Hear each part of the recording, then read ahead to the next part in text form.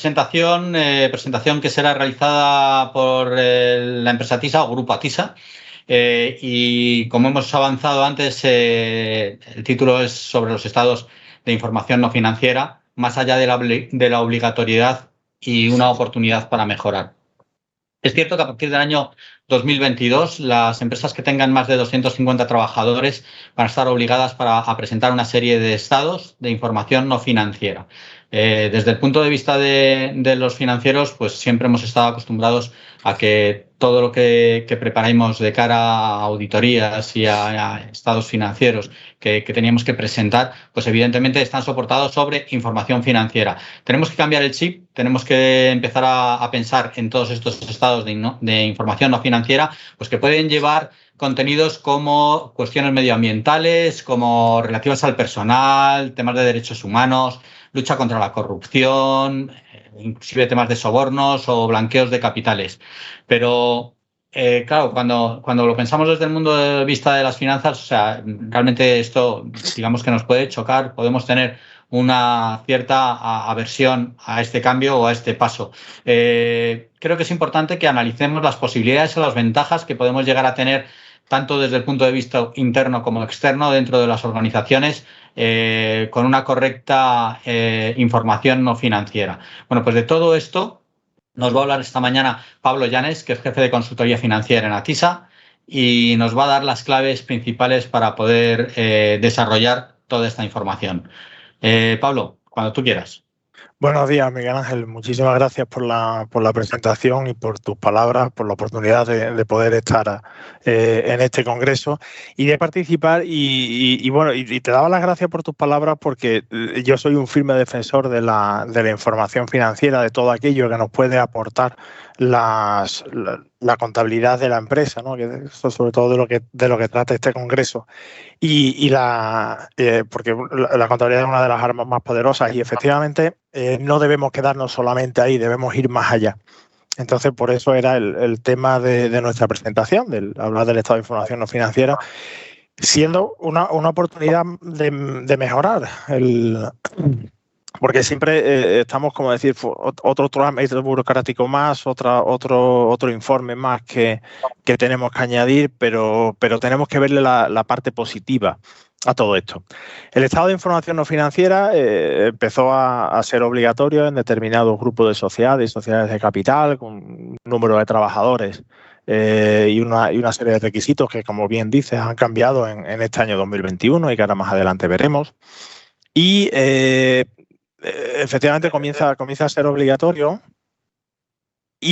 pero me gustaría ir algo más allá de esta obligatoriedad y no hablar solamente de los requisitos de la ley, complementación mínima y tal, sino hablar de, como hemos dicho antes, de las oportunidades que nos brinda el hacer el estado de información no financiera.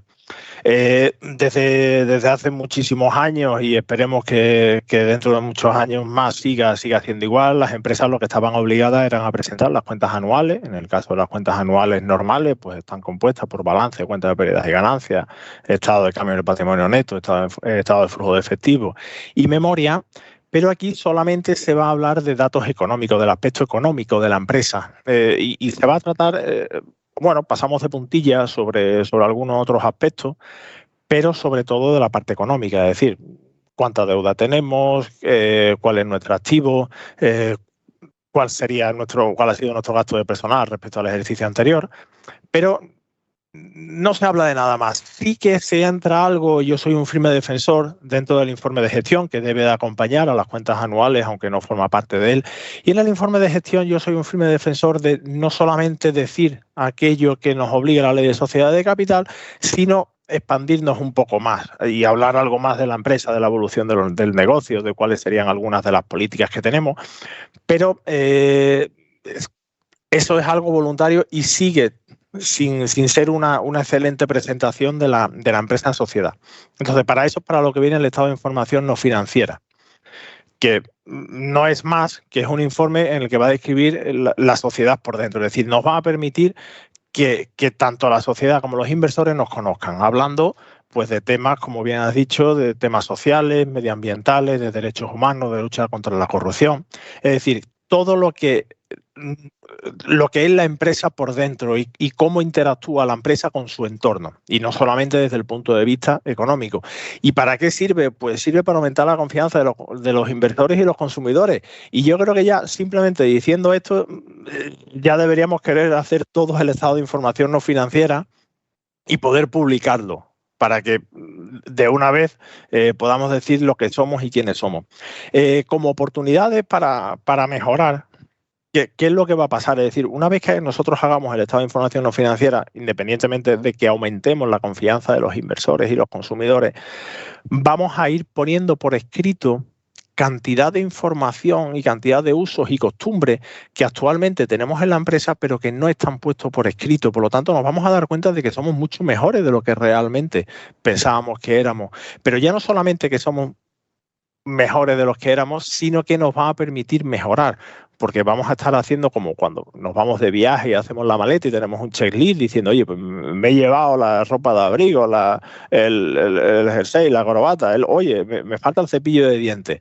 Y entonces gracias a eso también nos daremos cuenta de qué es aquello que nos falta y en lo que debemos mejorar.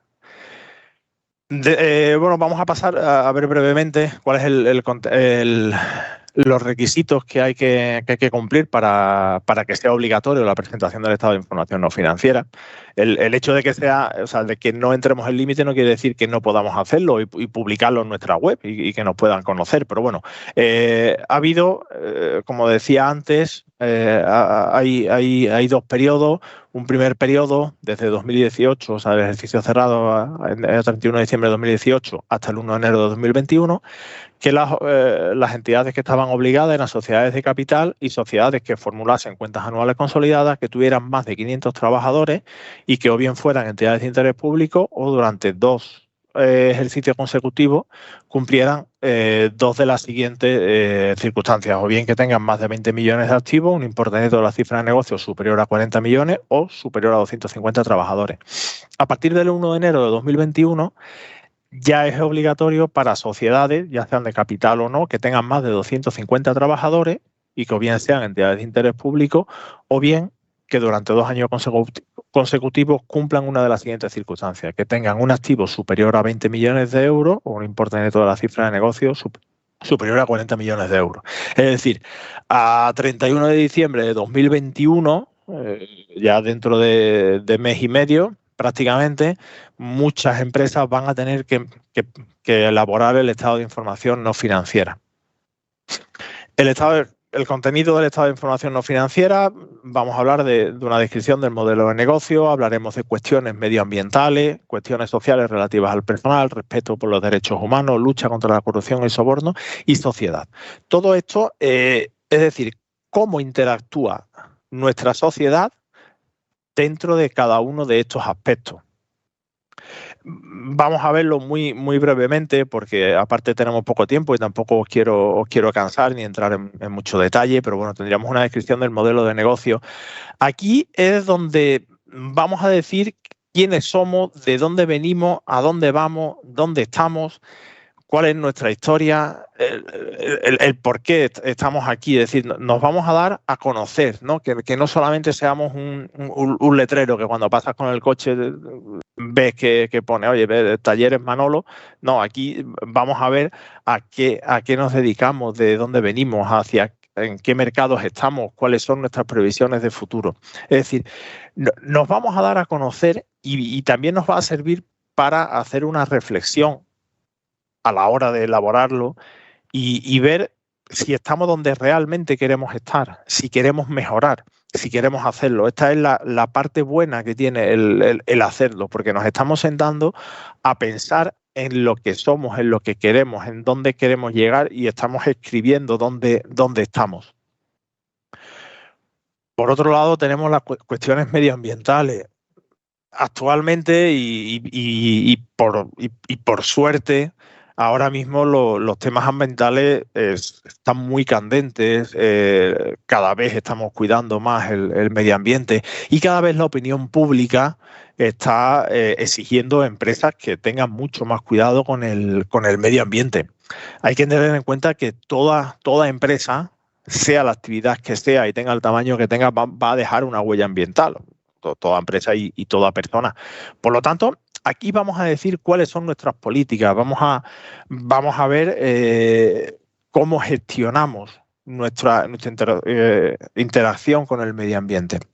Ya no solamente decir, habrá empresas que por su actividad pues generen más residuos o contaminen más. No es lo mismo que estemos ante una fábrica no sé, pues una refinería, una fábrica de obtención de cobre, que ante una consultora donde lo que hay es gente trabajando en una oficina que se supone que contamina mucho menos. Pero aquí es donde vamos a interactuar y vamos a decir cómo lo hacemos, cuál es nuestra huella, vamos a hablar cuáles son las emisiones de carbono y cuáles son todas nuestras políticas que tenemos frente a la protección del medio ambiente. Que aunque nos creamos que dices, oye, no, yo tengo una oficina y tampoco, es decir, tampoco voy mucho más allá. Pero no, en el momento en el que nos sentamos a escribir nos daremos cuenta de que sí, que efectivamente, que cuidamos el medio ambiente. Tenemos políticas como decir, oye, cuando los trabajadores se vayan a casa, que dejen el ordenador apagado y los aires acondicionados apagados. Que hemos quitado los vasitos de plástico en las máquinas de agua y le estamos dando botellas a los trabajadores. O bien, oye, tenemos una empresa de transporte y estamos apostando por irnos a unos motores que contaminen menos, por vehículos que sean híbridos o eléctricos, etcétera. Y todo eso que la sociedad en general lo sepa, porque realmente estamos haciendo un esfuerzo, pero ya que lo estamos haciendo bien, que nos lo reconozcan. Y en el caso en el que tengamos algún fallo o que tengamos alguna situación que mejorar, la habremos puesto sobre la mesa y ya tendremos esa información para saber cómo podemos ir mejorándola. Otra de las partes muy importantes y muy candentes también actualmente de la sociedad es las cuestiones relativas al personal, es decir, cómo tratamos a los trabajadores, hablaremos en el caso del empleo, el número de empleados, la edad media de los empleados, la brecha salarial, que es un tema que está bastante candente actualmente, por suerte además. Veremos temas de actualidad, qué política de conciliación tenemos o políticas de integración o igualdad. En este caso, pues vamos a lo mismo, es decir, ¿cuántas veces hemos llegado a empresas y le empiezas a preguntar, oye, ¿tienes brecha salarial o qué política de conciliación tienen? Y o bien no lo saben porque nadie se ha parado a analizarlo, o bien sí que hay unas leyes no escritas, como por ejemplo, oye, si un trabajador tiene un problema con un superior, ¿cómo puede hacer una denuncia, una reclamación? ¿Cuál sería el hilo? ¿Tenéis un buzón de correos creado para eso? Entonces, ese tipo de cosas nos van a ayudar a mejorar y a mejorar el ambiente, a compararnos con otras sociedades, a ver cómo lo hacen y poder así cada vez irnos haciendo mejores personas y por supuesto luego, bueno, pues en el caso de este apartado es muy importante ya no solamente para los trabajadores actuales de la sociedad, sino para los futuros trabajadores. Oye, ya cada vez es más fácil que estamos tratando de atraer talento a nuestra sociedad y la gente entra y mira cómo es el ambiente, cómo se trabaja, cómo se hace y en función de lo que vaya viendo, pues se quiere venir con nosotros o no. Y atraer talento no es una cuestión fácil actualmente.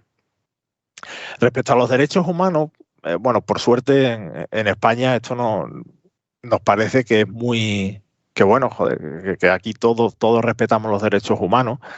Pero bueno, hay sociedades que están trabajando en otros países donde los derechos humanos realmente se los saltan a la torera. Y entonces, pues aquí es donde la empresa también va a poner, sobre todo eso, empresas que están en países en vías de desarrollo, pues que estén, que no, o sea, decir que no están usando mano de obra infantil o haciendo uso de la esclavitud o tengan salarios dignos, tengan etcétera, ¿no?